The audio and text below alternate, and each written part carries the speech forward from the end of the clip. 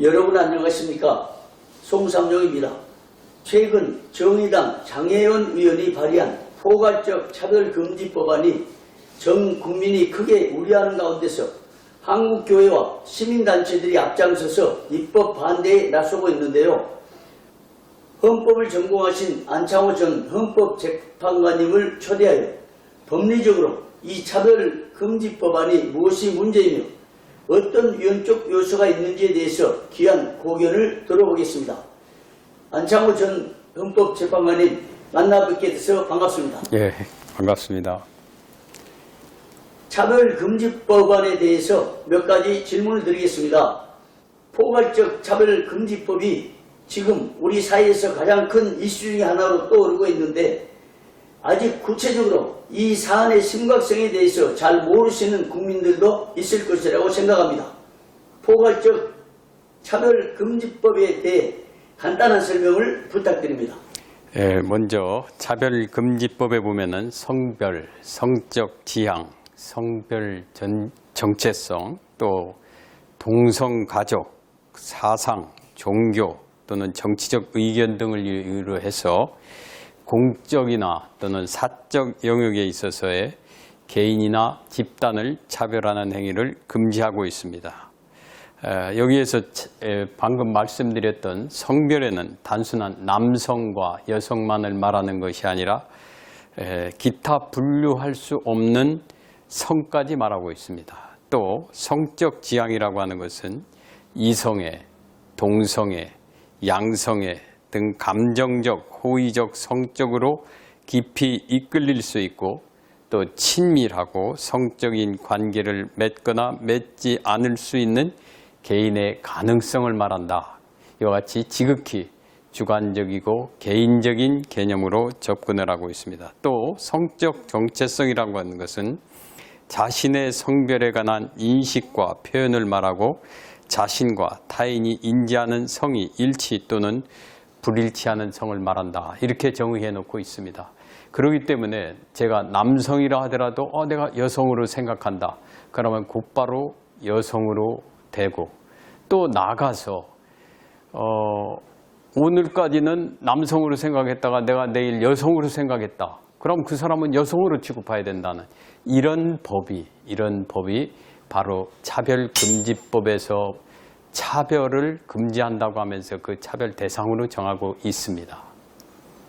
이건 굉장히 반기독교적일 뿐만 아니라 너무나 주관적이고 또 개인적인 또 이것이 시대 상황에 따라서 굉장히 변하는 개념들입니다. 이런 개념으로 인해서 그 국가에서 이행강제금 3천만 원 이하 이행강제금을 부과할 수 있고 그것도 한 번만 부과하는 것이 아니라 경우에 따라서는 수회에 걸쳐서 계속 부과될 수 있으며 또 나아가서는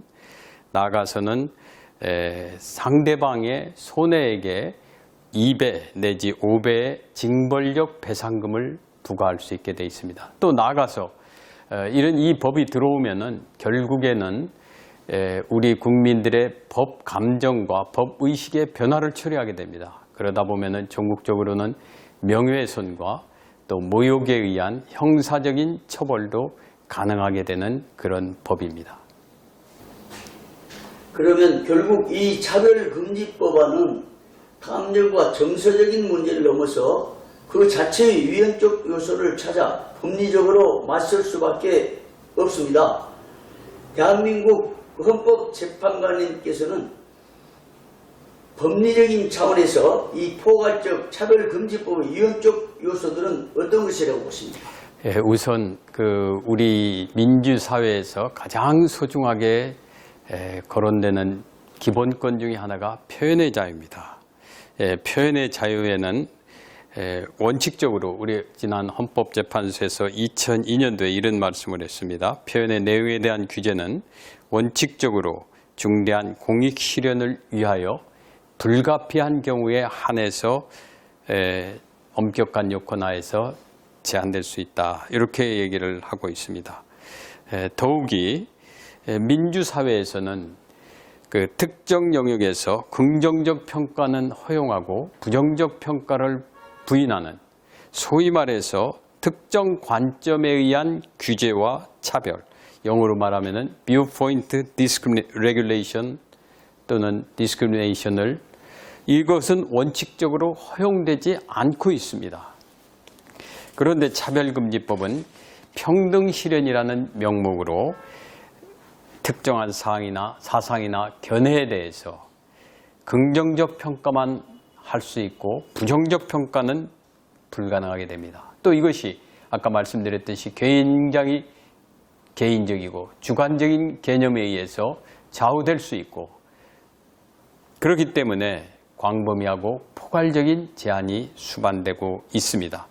이는 표현의 자유의 본질적 내용을 침해하는 것이 되고 또 이것은 인격 발현과 그리고 인간의 존엄성 실현에서 헌법적으로 큰 문제를 낳고 있습니다. 또 나아가서 이런 그 자유민주주의라고 하는 것은 기본적으로 사상의 자유시장에서 자유경쟁을 통해 가지고서 그 우월적인 견해를 택함으로써 자유민주주의가 이와 같이 성장할 수 있고 다른 어떠한 인류가 지향했던 어떠한 사상이나 주의보다도 우월적인 위치를 차지할 수 있게 된 것은 바로 이 사상의 자유 경쟁 시장에서의 자유로운 사상의 논의가 있어야 되는데 이와 같이 관점 차별, 관점 규제로 인해 가지고서 이것은 결국 표현의 자유를 훼손할 뿐만 아니라 민주주의의 근간까지도 흔들 수 있는 아주 잘못된 법이 될 수 있습니다. 말씀을 듣고 보니까 일반적으로 생각한 것과는 전혀 달리 법리적으로 엄청난 문제가 있는 것으로 맞습니다. 판단되네요. 예. 이 차별금지법 문제는 사실상 기독교적으로 보면 진리에 관한 문제 같고요.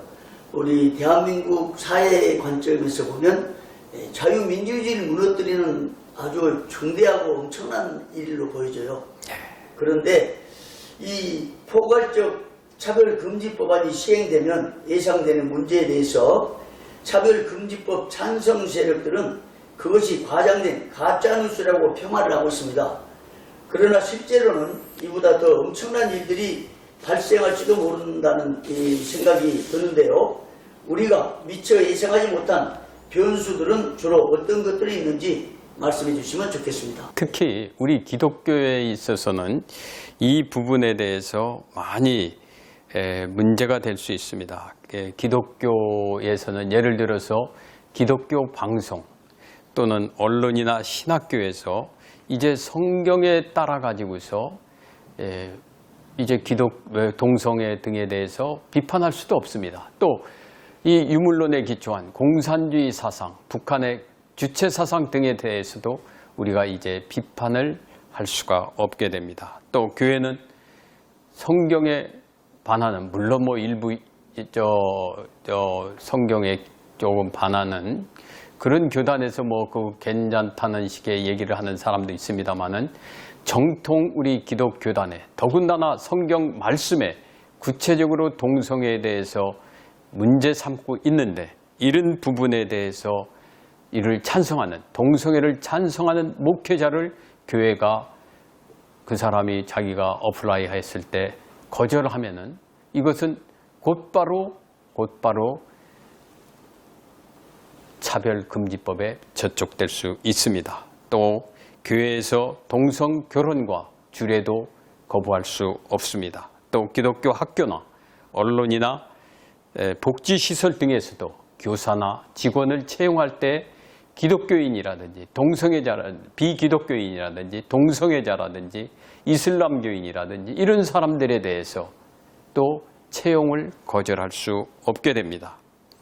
또 경우에 따라서 기독교 가치관에 이렇게 되기 때문에 결국에는 그 복지시설 같은 거, 학교 이런 거는 기독교 가치관을 학생들에게나 또는 어려운 사람들에게 이렇게 심어주려고 하고 이것을 실천하는 이런 부분에 대해서도 굉장히 큰 어떤 설립 목적을 훼손시키는 결과가 발생할 수도 있습니다.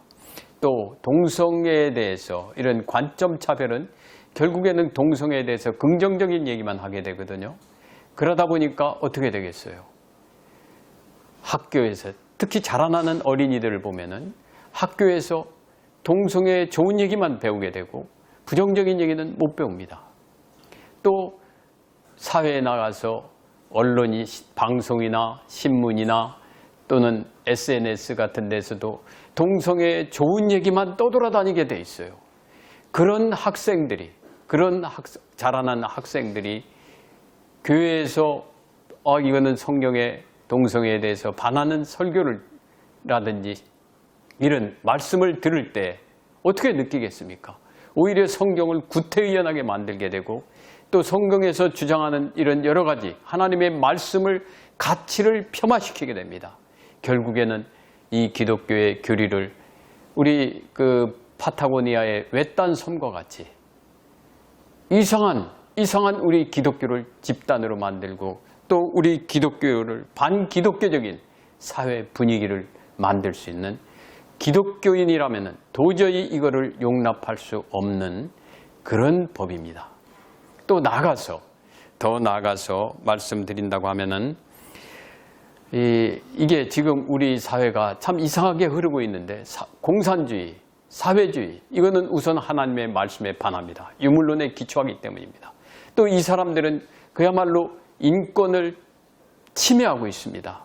우리 북한 보십시오. 그곳에서 말할 자유가 있습니까? 또 그곳에서 자유롭게 사업을 할 수 있습니까? 자유롭게 뭐를 할 수 없는 그런 사상과 이런에 대해서도 함부로 비판할 수가 없습니다. 여러분 최근에 홍콩 사태 보셨죠? 그곳에서 중국 그 사람들이 무자비하게 탄압하는 그런 거에 대해서도 이제는 함부로 비판해서는 안 되게 돼 있습니다.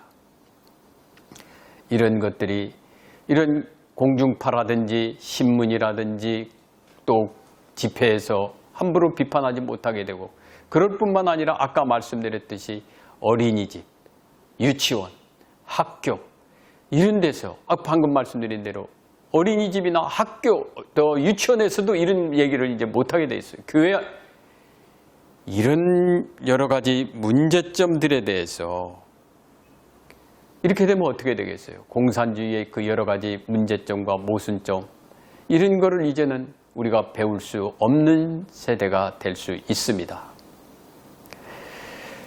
이렇게 특히 어린이들에게 잘못된 사상을 우리가 비판도 못하게 된다고 하면은 이 어린이들의 건전한 양식, 건전한 세계관 형성에 있어서 굉장히 잘못된 결과를 초래할 수 있습니다. 그러니까 제가 한마디만 더 이걸 덧붙일게요.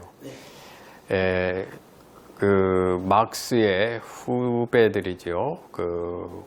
이탈리아의 공산주의자라고 하는 안토니오 그람시라는 사람이 있습니다. 그 사람이 서구 사회에서 왜 이 공산주의가 승리하지를 못하느냐 이것을 생각한 그때 이 사람이 이런 얘기를 했습니다. 경제적인 소위 말하는 프롤레타리아트, 약자들 이 사람들만으로는 결국에는 이 서구 사회가 무너지지 않는다. 자유민주 체제가 무너지지 않는다. 그러고 교회가 무너지지 않는다. 이러면서 이 사람들이 주장한 것이 뭐냐면은 가정과 교회와 국가, 문화를 먼저 무너뜨려야 된다. 그러면은 자연스럽게 공산주의가 될 수 있다고 얘기를 했습니다. 우리는 이 사람의 그런 전략적 차원의 접근에 대해서도 우리 사회가 경각심을 가지고 눈여겨보아야 될 거라고 생각합니다. 안 재판관님께서는 현재 서울대학교 행정대학원에서 호학을 가르치고 계신 줄로 알고 있습니다. 그런데 이 포괄적 차별금지법은 사회 전체적으로 파장이 크지만 사실상 당사자인 젊은 세대들이 직격탄과 후폭풍을 맞을 수밖에 없는 구조로 보여집니다. 문제는 젊은 세대들은 기성세대와 가치관이 많이 다른데 그들은 실제로 이 포괄적 차별금지법안에 대해서 어떻게 보고 있는지 좀 말씀해 주시면 좋겠습니다. 예, 우리 젊은이들뿐만 아니라 우리 사회 전반적으로 아직까지 이 포괄적 차별금지법이 가지고 올 폐해에 대해서 또 자유권에 대한 훼손에 대해서 제대로 인식하지 못하고 있는 것 같습니다. 이 부분에 대해서 우리 젊은이들이 이제는 앞으로 세대에 굉장히 큰 영향을 미치는 거기 때문에 이 부분에 대해서도 깊이 관심을 가져야 된다고 생각합니다. 우선 하나 말씀을 드린다고 하면은 평등이란 가치는 자유와 함께 우리 인류가 지향해야 할 소중한 가치입니다. 그러나 이 차별금지법은 평등이라는 명목으로 경우에 따라서는 역차별을 초래할 수 있는 법입니다. 아까 말씀드렸듯이 이 법에 의하면 어떻게 되어 있냐면요. 정부가 차별시정 정책이라고 한다면서 매년 또는 일정 기간마다 기본 또는 시행 계획을 수립해야 됩니다. 그리고 행정 또는 재정상의 필요한 조치를 하도록 하고 있습니다. 또 차별이 있다고 주장되는 경우에 있어서는 손해배상 오히려 우리가 통상적으로 민사소송이나 이런 거 할 때는 차별을 받았다고 이런 피해자라고 주장하는 사람들이 그런 사실 또는 피해 이런 인과관계 이런 거를 입증을 해야 됩니다. 그러나 차별금지법에 있어서는 차별이 있다고 주장하는 경우에 상대방은 그런 사실이 없다거나 또는 성별에 의한 차별이 아니라거나 또는 정당한 사유를 오히려 거꾸로 상대방이 입증해야 됩니다. 손해배상 사건에 있어서도 상대방이 고의 과실이 없음을 입증해야 된다고 이런 원임에서 특권을 주고 있습니다. 그래서 이런 것들이 시행되다 보면은 결국에는 성적 소수자라든지 이런 사람들이 고용이나 승진이나 또는 교육기관의 입학 등에 있어서 실질적으로는 이 사람들이 사실상 특혜를 받는 결과를 초래할 수가 있습니다. 우리가 예를 들면 이런 겁니다. 자기가 실력이 없어서 떨어졌다고 생각을 해봅시다. 그러면은 다른 사람들은 이거를 갖다 어떻게 주장할 방법이 없어요. 그러나 성적 소수자들은 내가 성적 소수자라고 이렇게 말을 했기 때문에 나를 떨어뜨렸다. 이렇게 주장을 하면은 그것이 아니라고 하는 것을 채용하는 사람이라든지 회사라든지 이런 곳에서 다 입증을 해야 돼요. 그렇다고 보면 어떤 결과가 되겠습니까? 실력이 비슷비슷한 사람이 여러 사람이 있다고 그래봐요. 그러면은 그 성적 소수자가 만약에 거기에 속한다고 하면은 이 사람은 이 회사 채용하는 회사에서는 어떻게 했습니까? 귀찮아서라도 성적 소수자를 채용하게 됩니다. 왜 그러면 A, B, C, D가 비슷비슷한데 이 카트라인에 걸려 있다고 그래 봅시다. B, C, D는 보통 사람이에요. A만 성적 소수자라고 주장을 하면은 그 입증이 굉장히 불가능하게 됩니다. 이 사람 떨어뜨리면은 어떻게 되겠어요? 그러니까 결국에는 A라는 사람이 성적 소수자가 실질적으로 우대를 받게 되는 그런 결과를 초래할 수 있습니다. 이렇게 우대를 받게 되면은 어떻게 하게 되겠어요? 다른 사람, B, C, D, E 이 사람들은 오히려 역차별로 인해 가지고서 이 사람들은 감정이 상하게 될 거고 이것으로 인해서 어떻게 되겠어요?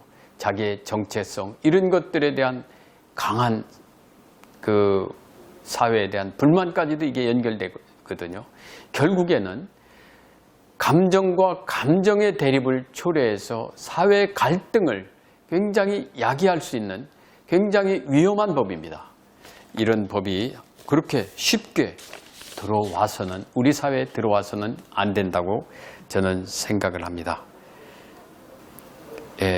이와 같이 평등이 우리 사회의 자유와 함께 굉장히 소중한 가치라 하더라도 이거를 가지고서 평등의 잣대를 우리 사적 영역에 너무 깊이 들어옴으로 말미암아 개인의 자유와 권리를 침해해서는 안 된다고 생각을 합니다. 우리가 소수자의 내적 자해에 대한 감정적 혐오는 있어서는 안 된다고 저도 확신을 합니다. 그렇게 해서는 안 된다고 생각합니다. 그렇지만 그 주장과 그들의 행위에 대해서는 이성적인 비판과 논의는 가능해야 됩니다. 또 이를 부정하면은 만약에 이를 부정하게 된다면은 진리와 진실을 향한 젊은이들의 이성적 욕구를 억압하게 되고 개인이 가지는 자유와 그리고 권리를 무력하게 하며 나아가서는 정의 실현과 공정함과 사회 통합을 불가능하게 할 수 있습니다. 또 내적 자아와 집단적 정체성은 차별받아서는 안 됩니다. 그러나 방금 말씀드렸듯이 부당한 특혜나 특권을 누려서도 안 됩니다. 국민은 평등하게 자유와 권리를 가지고 있습니다. 만약에 특정 영역에서 평등한 적극적인 평등 실현 조치가 필요하다고 한다면 우리가 장애인 차별금지법이라든지 양성차별금지법과 같이 개별적 구체적 법률에 의해서 또 그 영역을 어느 정도까지 인정할 것인가를 국민적 합의에 의해서 이거를 도입해야 될 것이지 이렇게 대충대충 포괄적 개념을 사용하고 또 굉장히 추상적 개념을 사용하고 또 굉장히 주관적이고 개인적인 개념을 사용해서 이런 법이 함부로 들어와서는 안 된다고 생각합니다. 또 소수자의 자아와 정체성은 존중돼야 됩니다. 그러나 민주적, 공화적 가치, 또 우리 인간의 존엄과 가치를 추구하고 있는 우리 헌법적 가치가 이 차별적 금지법에 의해서, 포괄적 차별금지법에 의해서 훼손돼서는 안 된다고 생각합니다. 과거 일제시대 때 도탄에 빠진 조국의 현실에서 도산 안창호 선생님께서 나의 사랑하는 젊은이들에게라는 제목으로 애국심을 계몽하며 절규하던 모습이 생각납니다. 오늘 국가적으로 사회적으로 심각한 위기에 봉착한 상황에서 도산 선생님과 동명이인이신데요. 도산 선생님과 똑같은 심정으로 헌법재판관님께서 우리 국민들에게 전하시고 싶은 말씀을 부탁드립니다. 예, 방금 말씀드렸지만은 우리가 이 차별금지법, 제가 차별금지법을 반대한다고 해서 우리 국민들의 그 내적 자아 또는 그 정체성이 훼손되는 것을 저는 바라지 않습니다. 오히려 그분들 한 분 한 분을 존중합니다. 우리가 그 자녀들 경우에 따라서 혼내주지 않습니까? 왜 그럽니까? 자녀를 미워해서 혼내주는 겁니까? 아닙니다. 오히려 자녀를 사랑하기 때문에, 자녀가 바른 길 가기를 원하기 때문에 우리는 그런 얘기를 하고 있습니다. 이 법이 잘못 시행이 되면은, 이 법이 들어와 잘못 시행이 되면은 가정이 파괴됩니다. 또 우리 교회나 중요한 가치 기구들이 파괴됩니다. 나아가서 지금 세계에서 자랑할 만한 우리 대한민국의 여러 좋은 시스템들이 파괴됩니다.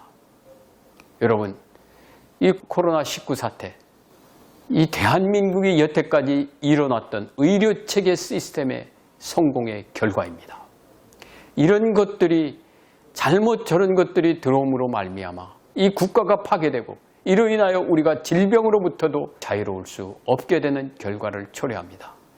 물론 제가 부족한 점이 많습니다만은 제가 간곡히 우리 국민들이 또 우리 교우들이 이 부분에 대해서 인식하셔서 정말 이 땅에 하나님의 나라가 또 우리 국민 모두가 자유로우면서 평등하고 행복한 그런 대한민국이 되기를 간절히 바라는 마음에서 전하고 싶습니다. 우리 헌법재판관님의 신앙 연역과 섬기시는 교회에 대해서 말씀해 주십시오. 저는 모태신앙인입니다. 물론 제가 이 세상 살아오면서 이제 한갑도 넘고 60대 중반에 다다랐는데 물론 부족한 점이 많이 있었습니다. 그렇지만은 하나님 말씀에 기초해서 살려고 노력을 했습니다. 제가 섬기는 임마누엘 교회는 물론 작은 교회지만은 이곳에서 그래도 하나님 말씀대로 살려고 하는 성도님들이 모인 교회이고 또 나아가서 하나님의 말씀에 따라서 세계 선교 사역을 위해서 열심히 노력하고 있는 교회입니다. 우리 신연필 목사님도 그런 열정과 특히 선교 사역에 대해서 남다른 소명의식을 가지고 열심히 일하고 있습니다. 또 마지막 때에 예수님께서 온 만방에 하나님의 말씀이 전파될 때에 말세가 온다는 그 말씀을 좇아서 최근에는 미전도 종족을 위해서 많은 사역을 하고 계십니다. 관심이 있는 분들은 이 부분에 대해서 많은 협조를 부탁드립니다. 감사합니다. 지금까지 우리 사회의 큰 이슈로 떠오른 차별금지법에 대한 법리적 측면으로 안창호 전 헌법재판관님의 고견을 들었습니다. 아주 법리적으로 명쾌하고 명확하고 분명한 말씀에서 우리 시청자들과 한국교회, 대한민국에 큰 도움이 될 것 같습니다. 재판관님, 오늘 귀한 시간 내주셔서 인터뷰에 응해주셔서 감사드립니다. 감사합니다. CFC는 안창호 전 헌법재판관님에 이어 계속해서 차별금지법에 대한 사회적인 측면, 목회적인 측면, 신학적인 측면, 역사적인 측면, 의학적인 측면 등에 대해 차례로 사회의 저명한 인사들의 교훈을 듣는 시간을 갖겠습니다. 지금까지 시청해주신 여러분 고맙습니다.